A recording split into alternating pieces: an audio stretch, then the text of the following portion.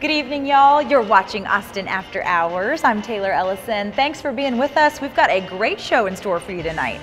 Love for his films Dazed and Confused and Boyhood, iconic director Richard Linklater shares the details on his latest film, Last Flag Flying, starring Steve Carell, Bryan Cranston, and Lawrence Fishburne. And at just 12 years old, Grace Vanderwaal won over the hearts of millions with her ukulele strumming and unique voice. Now we hear from this talented young performer before she starts a sold-out tour across the country. And you know his art, but do you know the man behind the famous Austin Truth murals? Artist Mike Johnston explains how he turned his unorthodox passion into his profession. But first, we head to the Austin Film Society Cinema to chat with Richard Linklater.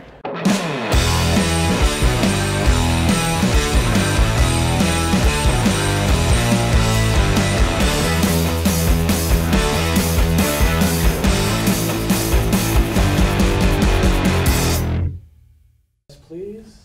No, you do it way better. Oh, that wasn't a good pop.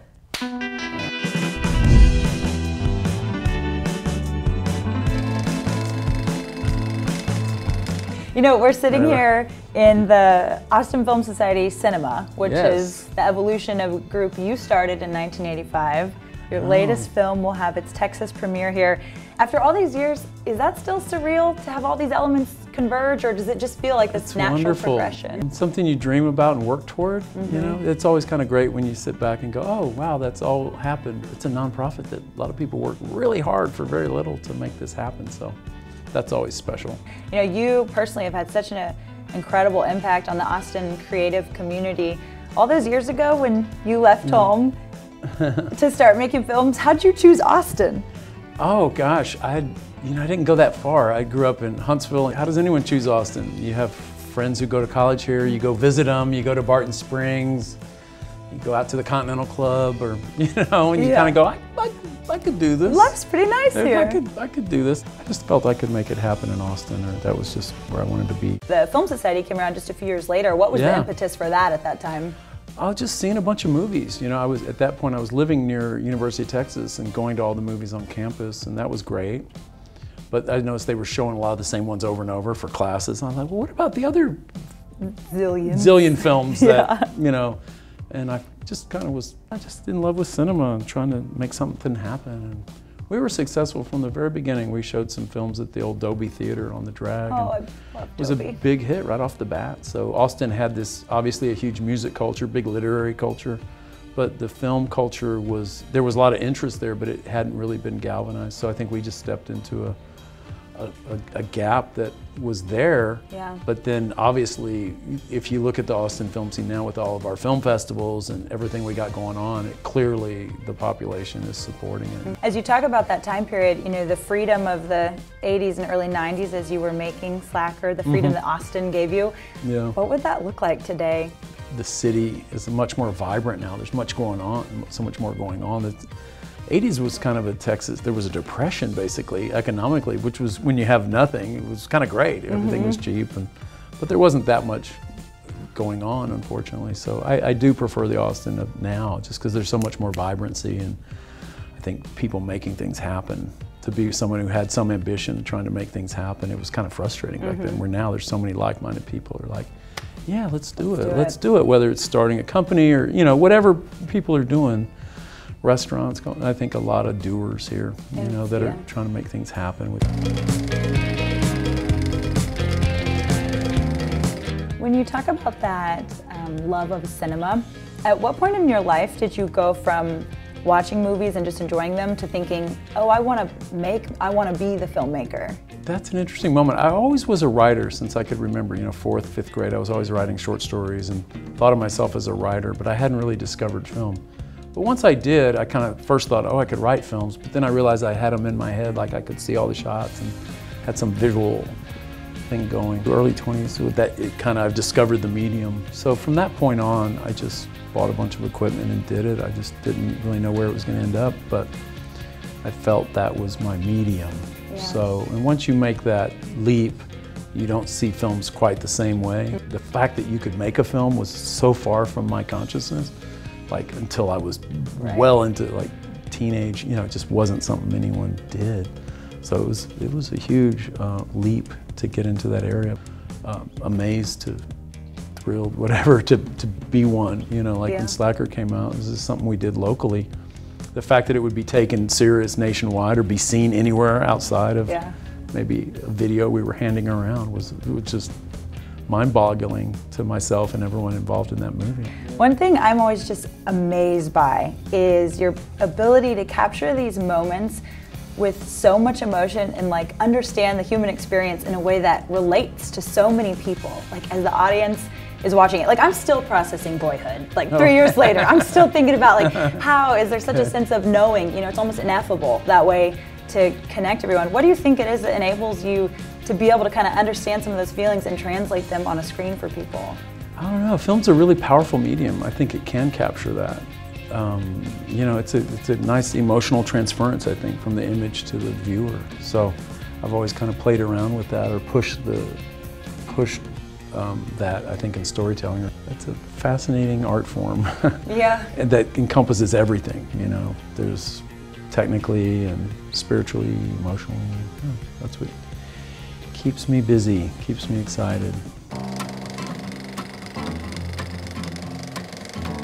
But I'm always trying to make something that feels real. You know, like this is very, you know, it's how these three guys are kind of processing the world around them. Yeah, this latest film, why this story? Why'd you want to bring that to the screen for people? It felt very relevant. These two wars, you know, the Iraq War, this takes place in '03 versus, you know, the Vietnam War. They're kind of these vets. So I wanted it to be a very realistic depiction of what they went through. And it's not like a big story. They weren't at the My Lai massacre. They weren't generals. They're just the guys who in the trenches. And the movie's really all about them and one of their sons, you know, Carell's son, has been killed, in all the notions of patriotism, duty, honor, all that, and truth, I guess, is hovering around it. So it was a really deep area of exploration. And the way that you kind of weave humor into the story is really interesting. Can you speak a bit about what role that plays? Yeah, the guys, it sounds funny when you say what the movie's about, but then you say, oh, it's kind of a comedy too. It's like, what? But if you really think about it, you know, like, we've all been at funerals and really sad times where people find humor, you tell funny stories about people. Humor can be very healing, you know, in the bad times. So it's important. It's how we kind of persevere and find some kind of commonality. The little levity isn't bad. I never trusted art that's too serious. You know, if it's a serious subject treated too serious by the people around it, I just don't believe that. Because I think, oh, the worse things are, the more people are trying to counter that with humor and something else. Yeah. Looking back and seeing how far you've come on this journey, all these amazing things have come from it. How would you advise someone who's kind of beginning their filmmaking experience or their creative project in general to stay the course? Well, whatever the art form is or whatever you're trying to communicate in the world or whatever you're doing. Yeah, it's going to take longer than you think. And, you know, you just have to work really hard and work twice as hard as you thought you had to and stick with it twice as long as you think you had. All these things are little litmus test weed outs. Yeah, I agree. For everything, you know, nothing's easy. So nothing's given to you, you know, particularly in the arts. You know, it's a pretty rarefied world and so many people want to do it. So what's going to differentiate you? That's great advice. Got to have something to say too. Thank you so much for your time. We really appreciate it. Okay. Congratulations on this latest film as well. Nice Congratulations on the show. Thank you. That truly means the world coming really from you. Happy for you.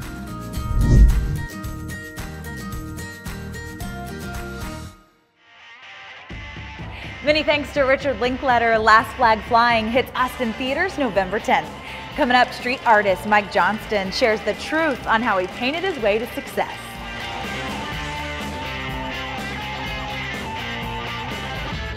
Don't miss Wine Wednesdays on the Terrace at Archer Hotel, Austin.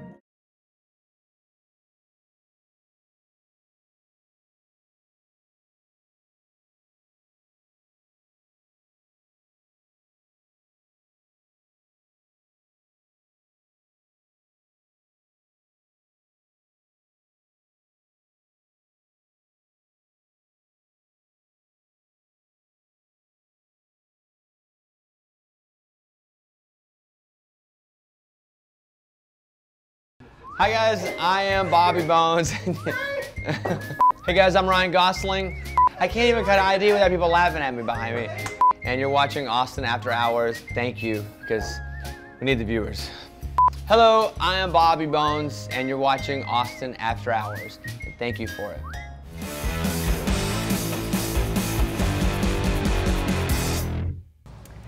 So those are some good-looking Jordans. Welcome to art class. Thank you.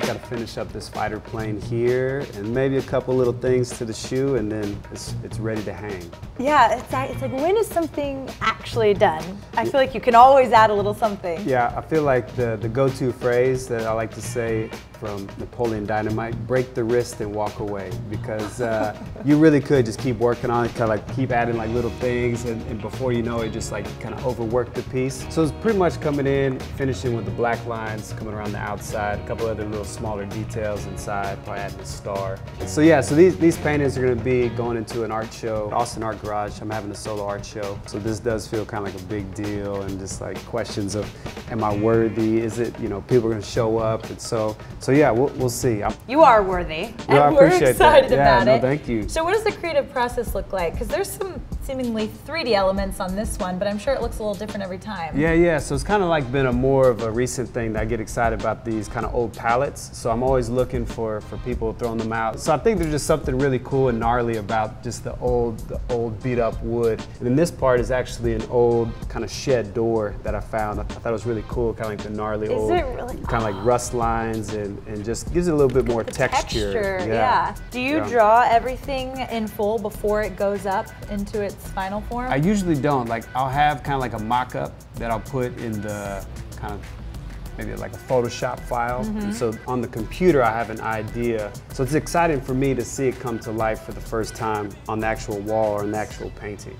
Also, one of my favorites is this little guy here, your little friend.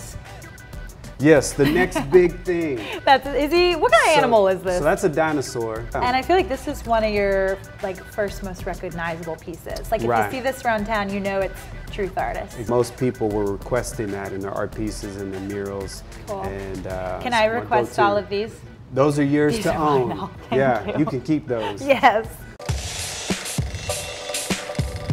So we got to see your mad skills in action. Yeah. You have one of those stories that you turned your passion into your full reality now. Right. It's been such a journey for you. Yeah, so I taught for 12 years. I was an art teacher at the elementary level, at the middle school level. My wife and I, we even taught overseas for about 4 years. And I was painting murals and doing little paintings for people on the side, but I never thought that I could make a full go of it, you know, be a full-time artist. For the past 3 years, I've been doing commission pieces, doing murals. I like to say, I'm living the dream. You are living the dream. Yeah. I mean, we're sitting in the dream. This is one of your most recently finished pieces. Yeah. How do you approach a project on this scale?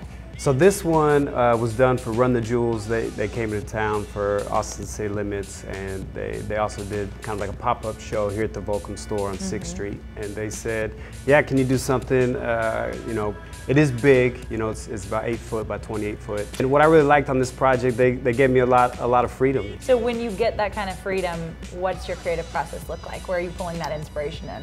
Things that would have made me excited as a kid, you know, and I was really big into basketball, I was really big into skateboarding. Would 8th grade Mike, would he have liked this? Does this have street cred in the middle school talent? Yeah. Yeah. And you know, a signature part of each of your works is the truth. Right. How did that become a part of all of it? So we moved here 7 years ago, and I saw a lot of posters, I saw a lot of different forms of graffiti and stencils, and so I thought, man, I want to start doing street art. So 6 years ago, my first stencil that I made was my neighbor's cat.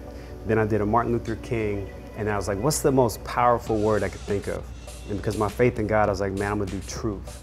And so I just started putting truth around the city, and it came to the point where I started putting truth on some of the pieces, and I had no intention on that becoming my street art name or my nickname, but people just started saying that, hey Truth, you know, you gonna come paint with us, hey Truth. And so it kind of happened organically. And there is this special culture for street art in Austin. How do you feel being a part of that community? Yeah, it's fantastic. So yeah, I'm a part of an artist collective called Spray TX, and that formed probably about 5 years ago at the graffiti park. And it was just a bunch of friends that wanted to paint together, and one of them, named Heath, said, we can make this a business. I think there's a lot of communities in different places in other cities where they have those creative communities, but maybe there's not that kind of business mind. And so it took Heath's kind of business mind to say, hey, let's find a way to make a living doing what we love. Where can we see your work over town? So yeah, the street art posters that I put up, some of those might last a couple days, couple weeks, couple months. But for the murals, the biggest one to date is on the side of Alamo Drafthouse Slaughter. So right as you're driving down Mopac heading south, you can see we did a mural there for Ninja Turtles movie when that was coming out. Nice. We've done a piece across from the W in the parking lot there at Amley. It says "Love Will Win." One of my favorites. I got to be with you right after you finished that. Some of the finishing strokes there. Google Fiber Office, we have a mural there. There's a couple different tech companies that we've done murals for. It must be so cool to see them come to life like that. When you decided to take the leap and go all in on this side of your life, were you scared? A bit, yeah. I think there was definitely some comfort in knowing, so if I stopped teaching in June, I knew I still had a paycheck coming for July and August. But then it started picking up. So it feels good. Sometimes it feels stressful knowing that, okay, we have these different deadlines we have to reach. And you want to have something new, something fresh. So we feel very grateful that the city has been so supportive and that we are able to make a living doing what we love. Yeah, I feel like that is also a testament to Austin, Texas, and really fostering that creative spirit. How do you feel when you see people see your art? Do you ever like hide in the wings and just watch people's responses to some of your paintings? It could be good and bad, but for the most part, it is fun just kind of see people. Maybe they'll stop and take a picture of the street art, and you know that's always good to see. I've also had times where people came up and we're painting over, actually the Love Will Win piece. We're painting a new mural on top of the old one we had done, and this guy walked by and said, you know, about time they're covering that piece of crap, you know. So it's like, all right, yeah, man, I agree. And so you get all of it. Yeah, you get both ends. And when you speak to that painting over, you know, that's part of like street art culture is you have to be okay letting go of a piece. I feel like I wouldn't be able to let go. You put so much effort into this huge painting and then you are prepared for it to be painted over. Yeah. How do you let go of those pieces? I guess for the street art posters, those are a little easier because maybe that takes like 2 hours to paint on the paper and I paste those up. Gotcha, and then sometimes they get peeled off, sometimes, you know, people tag on them. But I'd say like a piece like this took us about 4 days to do. Wow. And we knew it was just for the event, so it's just gonna be here for about 3 weeks and then it goes away. So those are a little harder because you know it's gonna have a short lifespan, but I think that's just a part of street art culture in itself. You know, you create something, you hope to get a picture of it, but you want people to appreciate and enjoy it, but it is temporary, it's gonna be gone. Change is the only constant in life. So that can help you preach. Yeah. Yeah. So you're living it. Yeah, yeah. Mike, thank you so much. Yeah, thank you.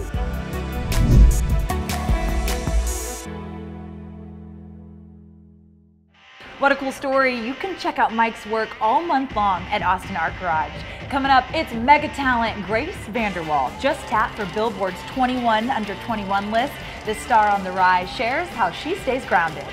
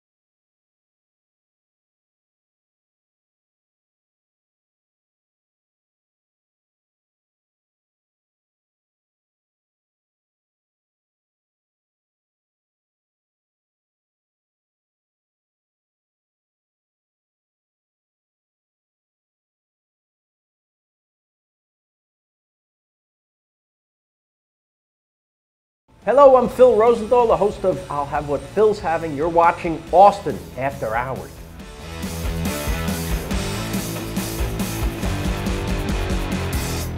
And I really, really like it because, like, it's...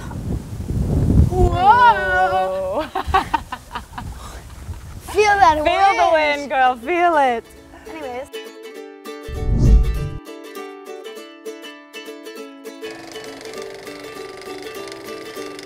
Grace, it's so exciting to be sitting with you on this gorgeous day in Austin, Texas. We're at your home away rental here. Yes. It's your first visit. What'd you think of the live music capital of the world? I loved Austin very much. I don't love the bugs at all, Understandable. but I love the fans and the people, and they have really good food here. Right? Yeah. And you felt like you were really warmly welcomed here? Yes, and the water is so good. I just learned that today. Like, their tap water tastes so good. I'm so glad to hear you say that because not everybody would agree, but I've always had the tap water and been fine with it. So good. Like, I think my skin has gotten clearer this trip because I've been drinking the water so much. Because, like, New York tap water tastes bad. It doesn't taste good. It tastes and smells bad. Like, no. But this water is, like, so freaking good. Yes. Austin's got magic water. We're at your super fun home away rental. What makes a place feel like home to you when you're away from New York? Yeah, it's sometimes hard to stay with my dog in hotels and stuff. Yeah. Just because it's such a small space, you know. After a long, like, day of him just laying around and doing nothing, when he comes home, he's literally the devil. Like, he's like running on the ceiling and going insane, and it's sometimes really stressful in a tiny hotel room. So I really like the little house. Give him a place to breathe. Yeah. This is such an exciting time. Not only are we coming off Austin City Limits Music Festival, which you rocked, but your new full debut album, Just the Beginning, was just released. What's that anticipation like as you prepare to share a full album with your fans around the world? It's been very, like, nerve-wracking, but also really exciting, and being able I'm just excited to perform them, all my songs, and, you know, actually have a change. I've been saying, I don't think people realize I've been singing the exact same songs for a really long time now. So I'm really excited to have some new material and new stuff to share. Yeah, and your headlining tour is already sold out. What did that feel like when you discovered that it was already sold out? Like, guys, the air was like perfectly still before we started. We brought all the energy out. Like, it just started going wild. I was really nervous that it was just gonna be really embarrassing. Like, you know, these venues and then just like no one buys them, or like it's just tough, you know, to get people to buy them. And that was so scary. I was so scared that I was gonna have like such an embarrassing moment like that. So I was just so relieved and excited when it sold out like so fast, because I'm like, whew, yeah, that just saved me an embarrassing moment. Like, not only did people buy tickets, but you already sold them out every city. Yeah. That's phenomenal. So you won America's Got Talent when you were 12. That's a big, scary undertaking. A lot of people look to you for inspiration. What advice would you give someone if they're trying to go for something big and maybe they're intimidated by it?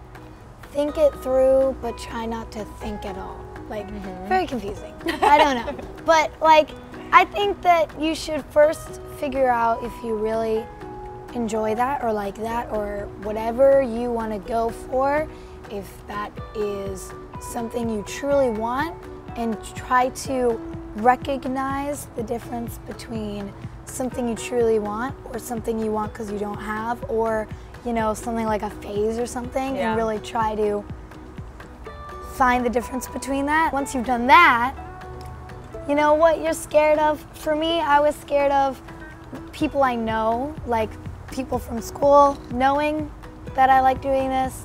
And if that happens, like, there's always a way to figure it out. I went to an open mic night that was a couple towns from my town. It was like 30 minutes away. So you would drive away from your town so that you could go over to audiences you didn't know. Genius. No one knew anything about this town. And so then I was like, oh, hey, this is pretty cool. I'm just gonna go for it all the way. No turning back. I'm gonna audition for America's Got Talent. And look where we are now. Yeah. Go girl, absolutely love that. Speaking of inspiration, do you have like a personal motto or mantra that helps keep you feeling empowered when you get on stage in front of these massive audiences? So a motto that I really like is that just when you go through struggles, once you come out, you're more sure of who you are. And it's just a series of struggles, and then by the end, you're just like, I know who I am. Peace out, world, you know? That's beautiful. I love that. And so your new album, it's called Just the Beginning. That's the album name. That's where you are in life.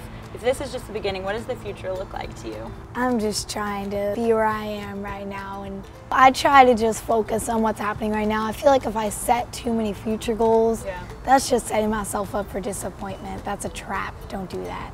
And that's just me. It's just like right now, I'm getting ready for Wee Day in Vancouver, and living in the present and tour, and that's what I'm thinking about right now.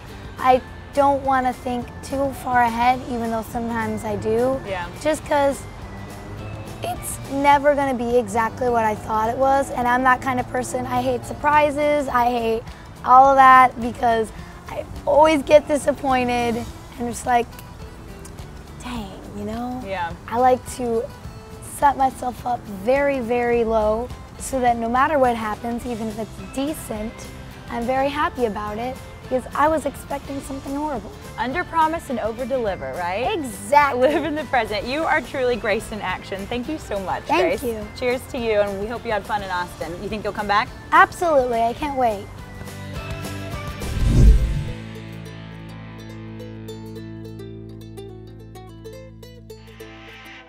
Just can't get enough of Grace. So darling and so excited about that new album. Thank you so much for being with us on this episode of Austin After Hours. We'll see you next time. Until then, find us online or on YouTube.